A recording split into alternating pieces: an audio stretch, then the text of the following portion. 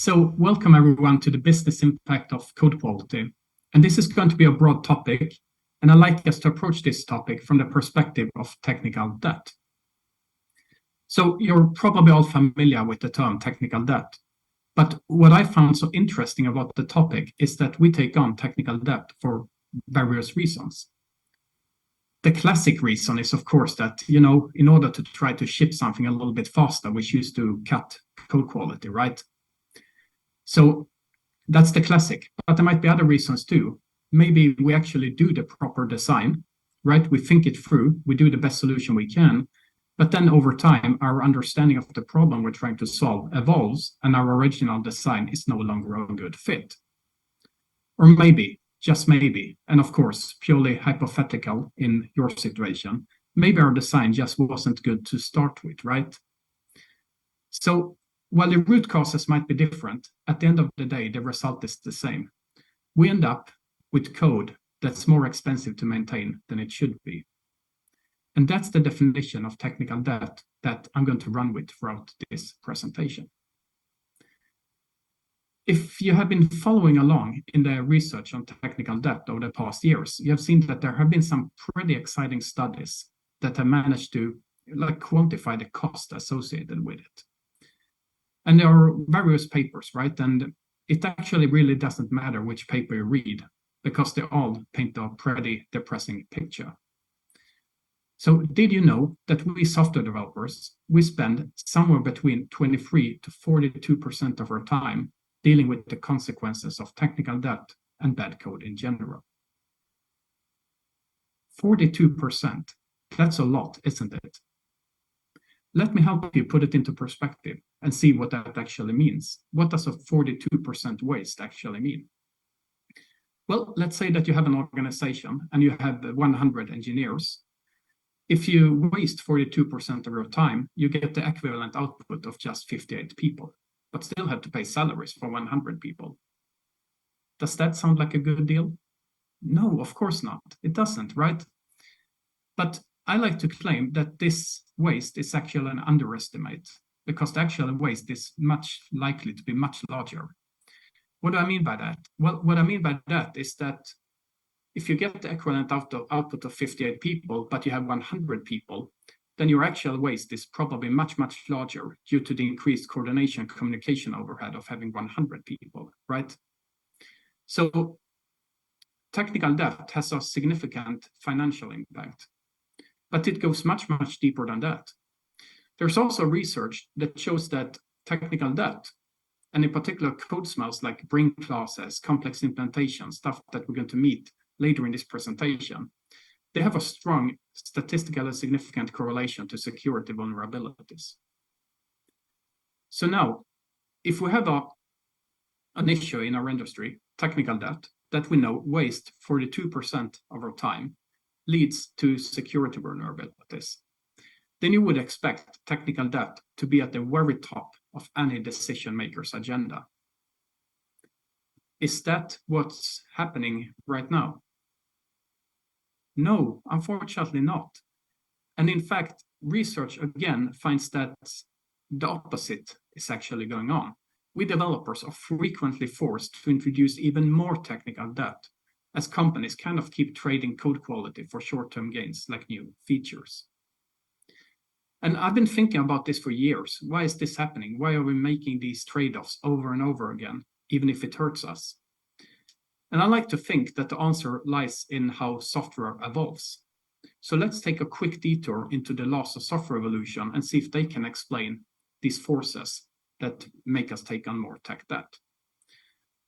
So there are multiple laws of software evolution, but I want to focus on the two most important here. The number one law is the law of continuing change. And this law claims that a system has to continuously adapt and evolve, or it will become progressively less useful over time. Is this something you recognize? Yeah, probably, right? This is the very reason why we keep adding new stuff, why we keep adding new features to our existing code bases. Right? This is the reason why our backlog never gets empty, because we need to respond to user needs. We might have to respond to changes in the market, right? Or even to competitors. So a successful software system is never, ever done. What I want you to do now is to look at the potential conflict with the second law of software evolution. So we have to continuously adapt our software and evolve it. But when we do so, we fall into the law of increasing complexity. And this law claims that when our system evolves, its complexity will increase unless we actively try to reduce it. So this is interesting because with increased complexity, it becomes harder and harder to respond to change, right? So we kind of end up in a vicious circle. But what's also so interesting is that when we look at the difference in feedback timing here, because continuing change, the moment we develop a new feature and put it into production, we get a quick reward, right? We get a happy user, or at least a less angry one, right? Or we win a new market or whatever. So it's a quick and immediate reward connected to new features. But when we look at the feedback from increasing complexity, that's something that happens over time, right? Once we take on technical debt, it might take months or sometimes even years before we kind of notice the symptoms. And by then, it might already be too late. So technical debt means a slow death, right? It's a long and slow feedback loop. And this difference in feedback timing, it's like an open invitation to a decision-making bias that psychologists know as hyperbolic discounting. So hyperbolic discounting is quite common. It basically means that we humans, we make choices today that our future selves are going to regret. So to give you a simple example, let's pretend that you're attending this really, really great conference in Perth, and there's a really good after party, right? And you decide to have that extra drink, despite knowing that you have an important business meeting tomorrow morning. That's hyperbolic discounting at its finest. So hyperbolic discounting is often used in psychology too, to explain addiction to drugs, alcohol, whatever. And it's also, coincidentally, the best description I have found of why companies fail to manage technical debt. Because just like the addict, we keep trading our future, a maintainable code base, for the lure of the next quick fix and short-term reward. And again, once we notice the symptom, it's usually already too late. Or, in the words of Mel Conway, somehow there's never enough time to do something right, but there's always time to do something over and over again. So how can we fight hyperbolic discounting? How can we counter this powerful force and bias?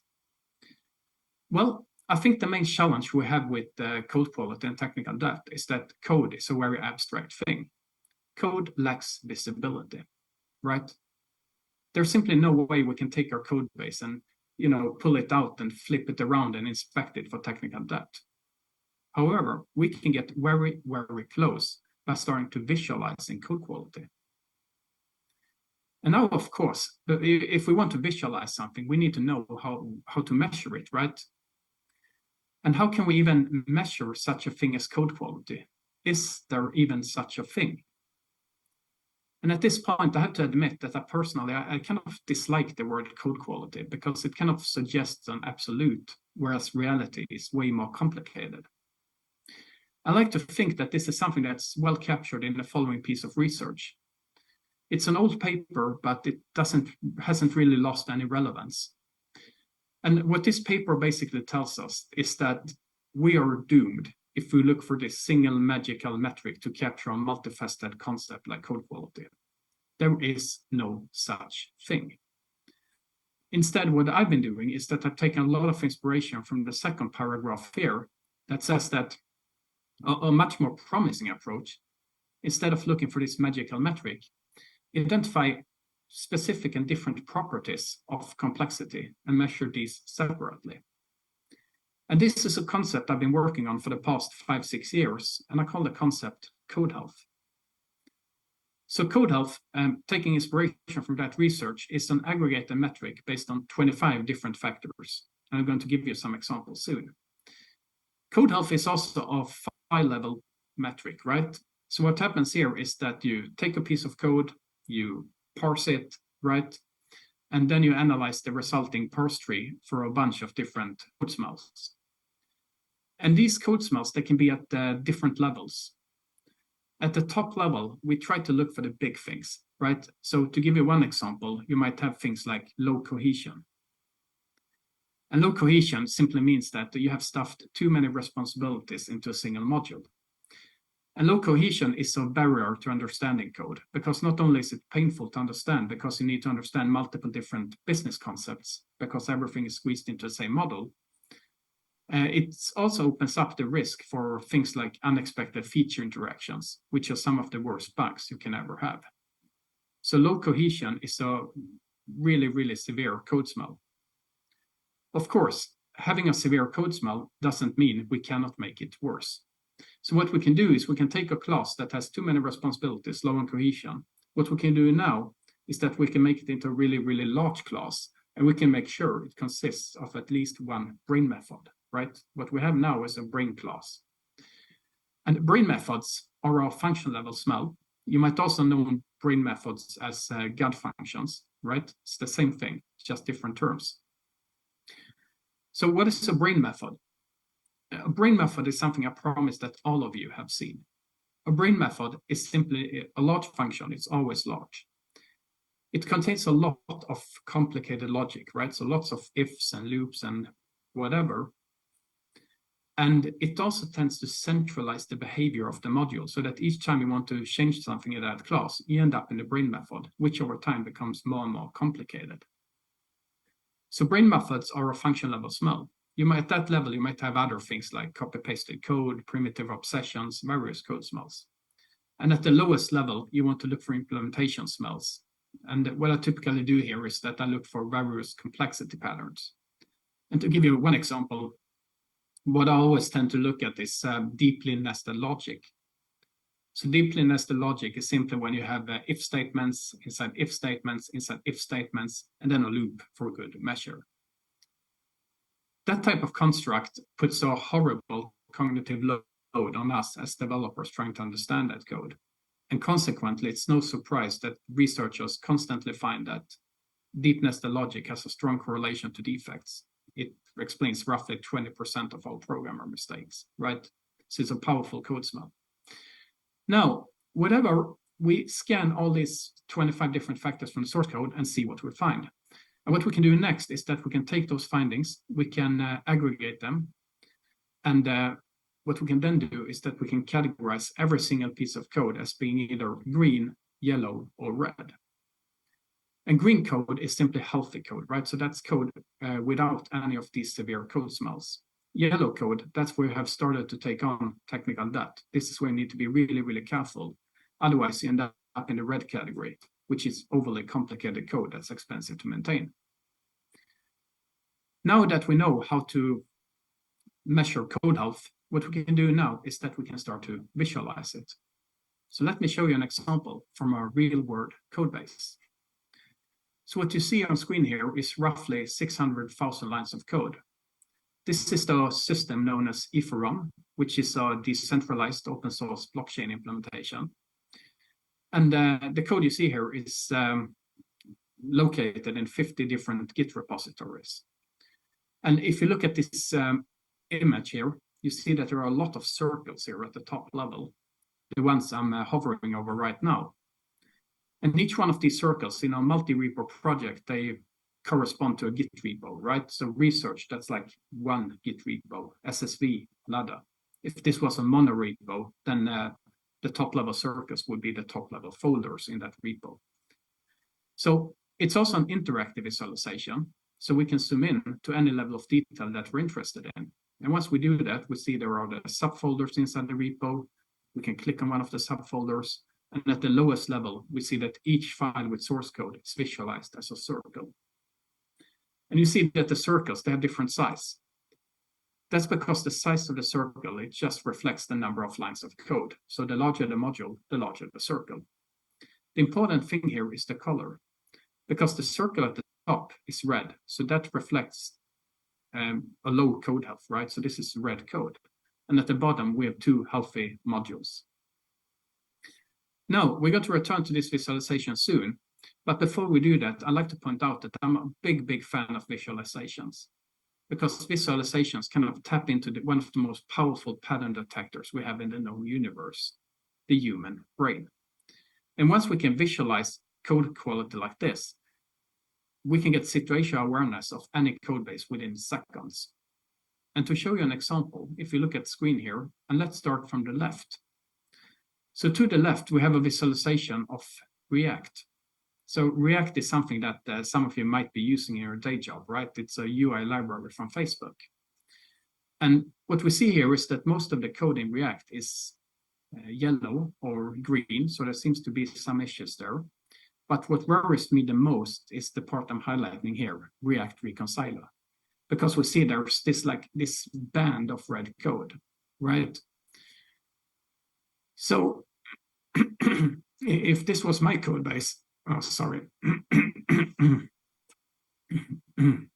So if React was my code base, I would be really interested in this information. It would be important information to me to know that there are code quality issues in the React Reconciler, because as we will see, those code quality issues are going to constrain what I can do with the code base.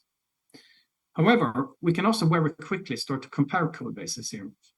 So let's give you a contrasting picture to React. If we look to the right, what we see to the right is Core CLR. Core CLR is a code base from Microsoft. It's their runtime for .NET. And Core CLR is a big code base, really big. So what you see on screen here is more than 8 million lines of code, right? And you see that there's so much red code there in the middle, right? It's, I don't know, it almost looks like a Petri dish gone mad, right? Something like that. And given the scale of the code base, I would guess that that's roughly like 2, maybe 2.5 million lines of red code. And that obviously begs the question, how do I act upon that, right? How should I ever refactor 2 million lines of code? Towards the end of this presentation, I'm going to go in that direction and show you a technique that can help you make those decisions. But before we do that, we need to do something even more important. Because now we have seen how we can measure and visualize code quality, but what does that actually mean? What does it mean for a piece of code to be green or red? More important, how can we quantify the business impact of it so that we can get traction inside our company?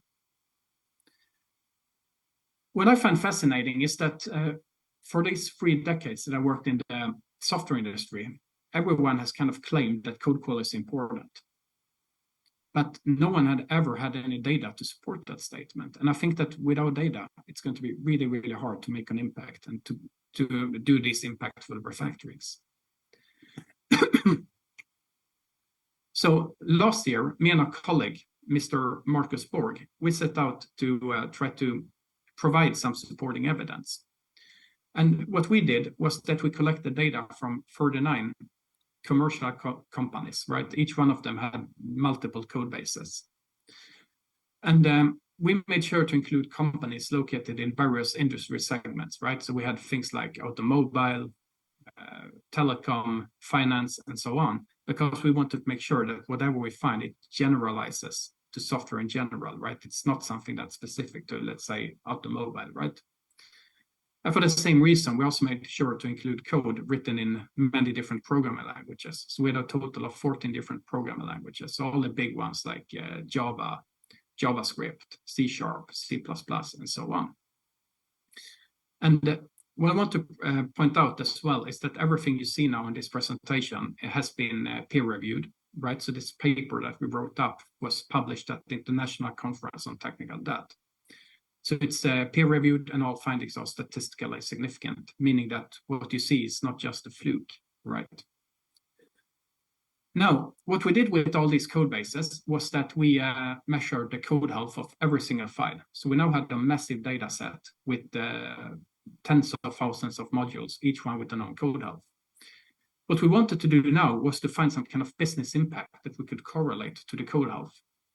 And we decided to look at time in development.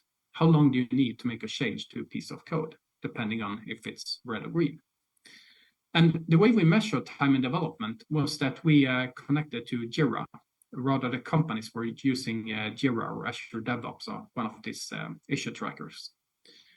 And what we wanted to do here was that we wanted to avoid having developers self-report how much time they spend on an issue. Because first of all, self-reporting is something that time like that, spent like that, it's a really boring task, right? Let's be open about it. So the chance that developers would actually do that was low. And second, even if the ones that would have done it would have hated us for forcing them to do that, right? So we want to avoid it, want to automate it. And I want to explain to you how we actually measure the time in development so that we know what we see once we get to the results. So what we did here was that once a developer took a piece of on Jira task and moved it to an in progress state, then we started a clock. And then at some point, they made a commit referencing that Jira ticket. So that's where we stopped the clock. And if this was all the work that had to be done on that task, then the time in development is the time between the task moving to in progress until the commit is done. Of course, in real life, many tasks are much more complicated, right? So sometimes you have to do multiple commits. And when that happened, what we did was that we just continued to measure the time between the commits. And at the end, we pieced together these small cycle times to end up with the time in development at the file level. So what we had now was this big data set with the known code health for every single module and the known time in development for all tasks that touch that module. And of course, since we connected to Jira, we could also fetch information about what type of work was being done. So we used that to calculate the number of bug fixes and reported defects on every single module, right? And with that data set, we were finally ready to answer this question. Does code quality matter to a business? And spoiler alert, yes, it does. Otherwise, it would be a short presentation today. So what did we find? Well, the first thing we decided to look at was time in development. And what we found here was that implementing a feature or fixing a bug in green code is more than twice as quick compared to red code. So what does that mean to a business? Is that important to a business? I like to think of this because this is basically speed to market. So let's say that your company has red code.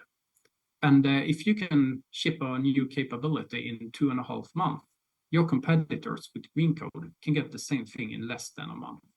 It's going to be virtually impossible to keep up, right? So speed to market is important, and healthy code seems to be an essential part of that.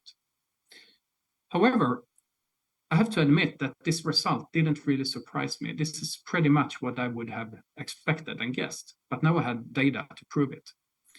So what we decided to do now was to look a little bit deeper. And what we did find did surprise me. Because we kind of recognize that averages can be a little bit misleading. So instead of looking at the average time it takes to implement something, let's look at the maximum time it takes to implement something, depending on the code health. And what we found here was interesting. It turns out that in green code, the maximum time it takes to implement a feature or fix a bug is very similar, very close to the average time. And that simply means that green code is predictable. It takes roughly the same time each time we want to implement something in green code. However, as we can see here on screen, for red code, all bets are off, right? A change to red code can actually take an order of magnitude longer, so 10 times longer. So how is that relevant to a business? Well, it's relevant to a business because what this means is simply that red code, unhealthy code, comes with a large uncertainty. So to give you an example, today I'm working as a CTO. So one thing you do as a CTO is that you make a bunch of promises, right? You might promise someone that, maybe our marketing department that, yeah, we're going to have this capability in a month. It all looks good. However, if we would have red code, I could make no such promise because it could equally well take 10 months, right? And I would look pretty bad for not being able to keep my promises. If I instead take on my developer hat, I also strongly dislike red code because red code is what causes me stress over time and missed deadlines. So red code is super problematic to a business. Now, with that covered, I want us to look at the last and final finding here, because as I told you, we connected to Jira, right? So we kind of knew if each change to the code was a bug fix or a feature. And that made it possible to calculate the defect density of every single piece of code. And what we found here was also quite interesting. We found that red code has on average 15 times more defects than green code. Now, how is this relevant to a business? Well, let's put it this way. I like to think that it's relevant too, because to a business, defects is something that's going to impact the product maturity experience, right? If we continue to ship bugs into productions, we're going to get some really unhappy customers at the other end. But that's really just one side of the coin, because an increased defect rate is something that's going to hurt us in different ways. Because what happens to those defects that we ship into production? Well, what happens is that, you know, just like in that classic Stephen King movie, they do come back.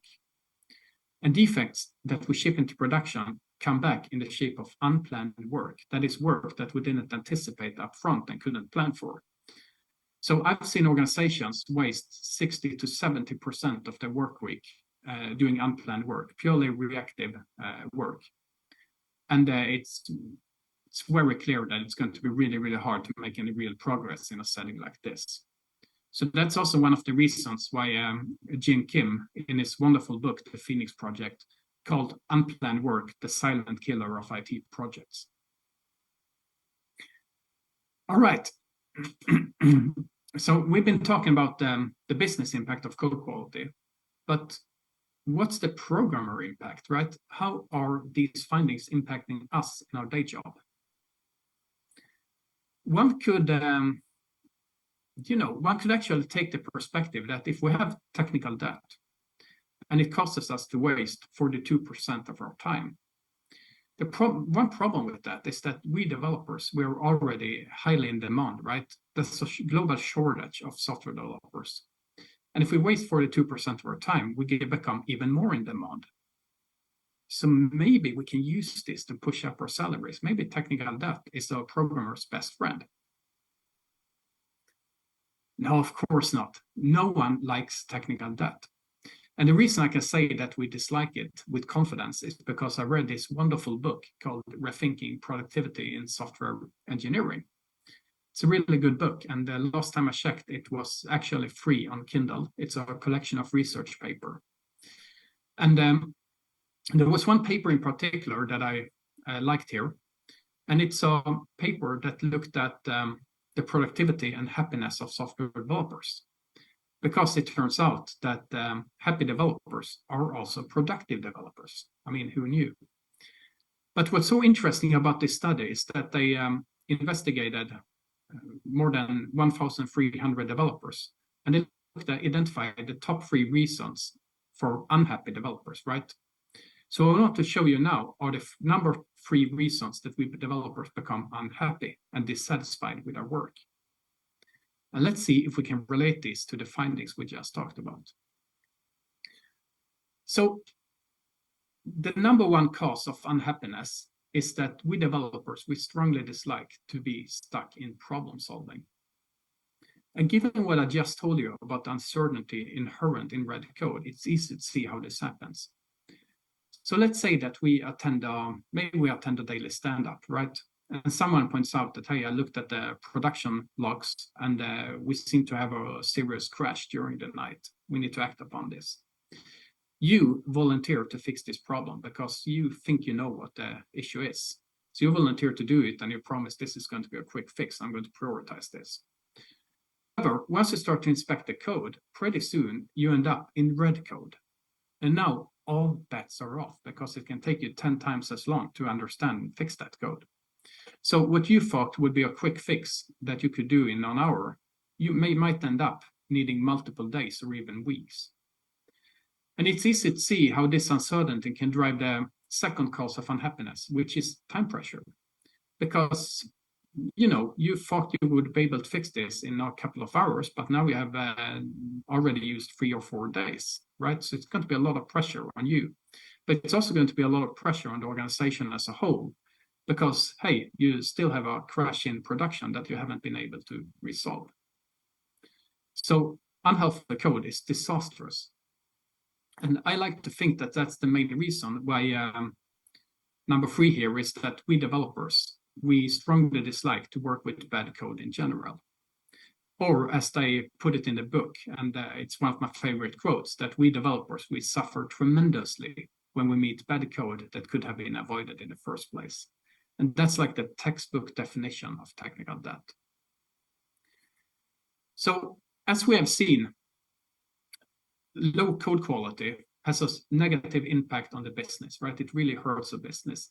And it also hurts developer productivity, morale, and happiness. So now that we have the data, so we can actually shine a light on these aspects, how would you use that data to make a change? How would you use it in your day job? So what I want to do now is to share a couple of use cases with you, things that I have found works well for me. The first thing I recommend that you do is that you use this data to try to create insights into your organization, right? To create situational awareness. So what do I mean by that? What I mean by that is that the moment we can connect something to a business and the moment we can visualize it, we can use that to give all stakeholders, not only us developers, but also product people and management, the same understanding of where the strong and weak parts are in our code base, right? Because if we have red or even yellow code, we need to be aware of it because it's going to constrain our roadmap. Once we can start to visualize code like that, we can also start to fight hyperbolic discounting, right? Remember the decision-making bias. Because the way you fight hyperbolic discounting is that you have decision makers start to think about the future risks, right? Because once the decision makers know that, okay, we have some red code over here, that's not good because we're planning to do some larger features here, then that can actually be the trigger for action, right? So we start to address these risks. Now, these 2 use cases alone takes you far, but what I like the most about this data and this line of research is that it's finally possible to build a business case for improvements and large-scale refactorings.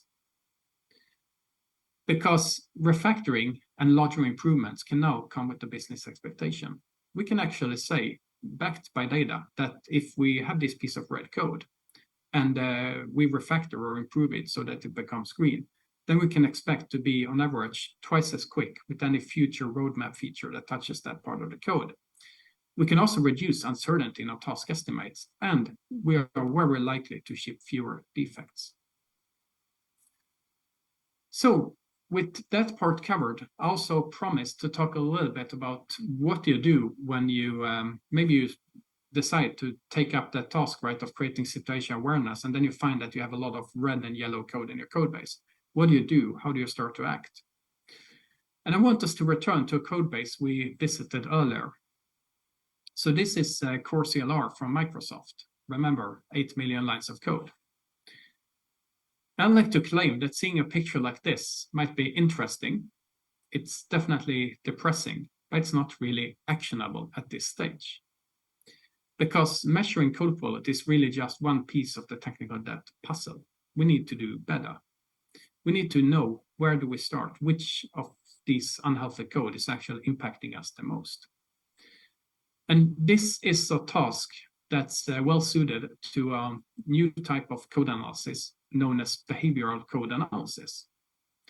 And behavioral code analysis is something I wrote about in my Software Design X-Rays book. And the core idea in behavioral code analysis is that the code itself is important. It really is. But it's even more important to understand how we, as a development organization, interact with the system we're building. And to pull that off, we need some behavioral data on us as developers. And the good news are that this is data that you all already have. We might just not be used to think about it that way. Because what I'm talking about is this, version control. And what I like so much about version control data, like Git logs, is that they basically give us a time dimension into our code. Our version control system tells us when we developed each piece of code, how frequently we worked on it, and so on. And this is data that we can use to calculate development hotspots. And hotspots is a simple concept. It simply means that you scan your Git log and you figure out how many commits have you done to each piece of code, right? And the more frequently you have worked on a piece of code as measured by the number of commits, the more red the corresponding piece of code. So it's the same type of visualization that we used before, only now the colors signal code change frequency rather than code health, right?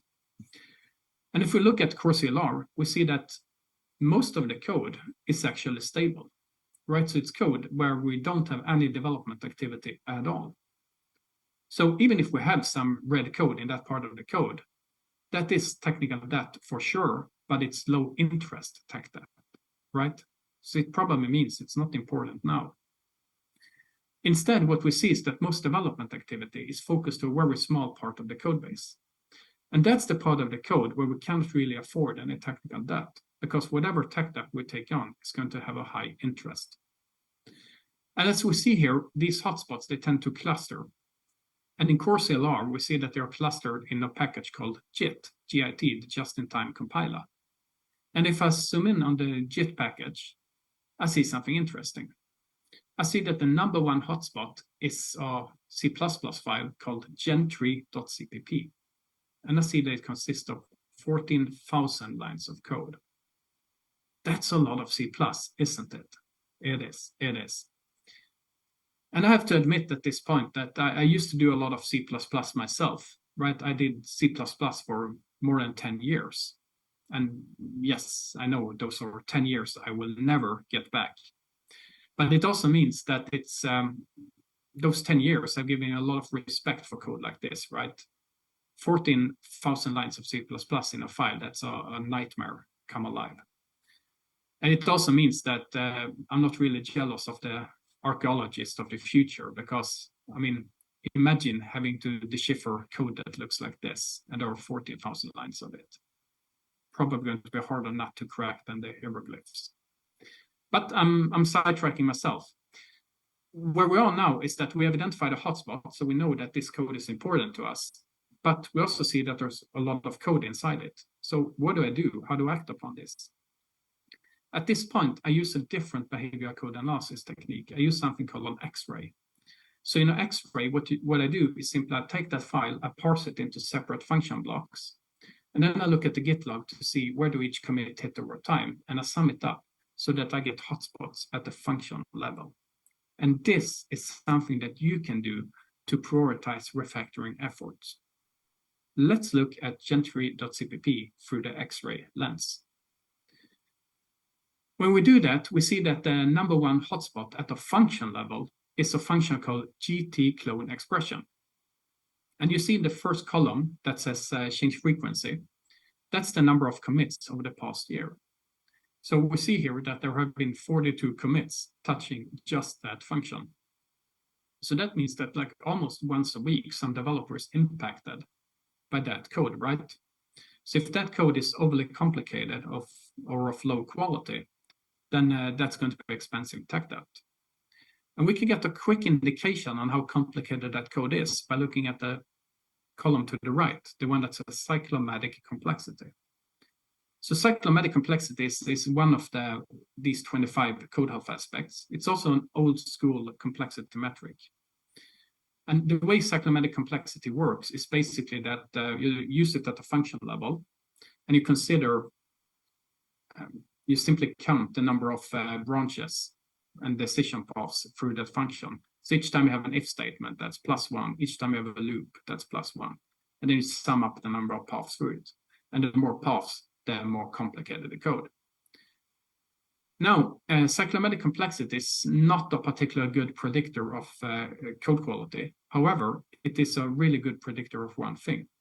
It's a really good predictor on the minimum number of unit tests I need to cover just this function. In this case, I would need 112 unit tests just to cover GT-clone expression. And that for sure says something about how hard that function will be to understand. Now, if I look at the column in the middle that says lines of code, I see that what I have here is 500 lines of code. And 500 lines of code is a lot for a single function, it is. But 500 lines of code is much, much less than 14,000 lines of code, which was the size of the total file. And 500 lines of code is definitely less than 8 million lines of code, which was the size of the total system. So more important, I'm now at the level where I can start and do a focused refactoring based on data from how we, as an organization, work with the code. And this is the promise of hotspots. They help us, right? They guide us towards the technical depth with the highest interest. And the reason they work so well are visible in this graph. And this might be the most important graph I'm showing you today. Because what this graph shows us is that on the x-axis, we have each file in the system. And these files are sorted according to a change frequency, the number of commits, which we'll see on the y-axis. And what's so interesting is that if you look at this, you see that it forms a power law shape. And a power law shape is not something that's unique to Core CLR or React, right, or these case studies. This is something I found in every single code base I've ever analyzed. And I've probably analyzed 300 or 400 code bases by now, right? So this seems to be the way software evolves. And it's really important to us because it means that in any given code base, most of our code is going to be in the long tail. So that's the part of the code where we can actually live with some unhealthy code, right? It's not optimal. We want to be aware of it, but we can probably live with it. On the other hand, as we see in most development activities, and a pretty small part of the code base. So that's the part of the code where we really have to pay attention to code quality, because even a minor amount of code quality issues are going to become really expensive due to the high interest on that code. So what I wanted to show you today is that you can actually take on the problem of technical debt in a data-driven approach. To do so, you need two different pieces of information. The first one that we looked at was the quality dimension. So as I showed you today, these days we can actually quantify, we know the business impact of low code quality, right? So that's like the quality dimension that we use to identify if we have a problem or not. But that alone is not enough to start to act, because what we also need is the relevance dimension. We need to know if that red code actually impacts our business right now, or if it's stable code that we never need to touch. And the hotspots shine a light on that dimension. So combining these two is really helpful when taking on tech debt. And what I wanted to show you today is that over the years, my experience is that I had so many people telling me, no, we don't have time. We don't have time to refactor the code. We don't have time to automate tests. We don't have time to rethink the design. And it's like we have this perceived misconception that there is some kind of trade-off between speed and quality, right? And what I see is that when I look at our data, I see that there's absolutely no support for that. In fact, the opposite seems to be true. We need high-quality code in order to be able to go fast. And I like to think that with 15 times fewer bugs, twice the development speed, and 10 times lower uncertainty in completion times, right?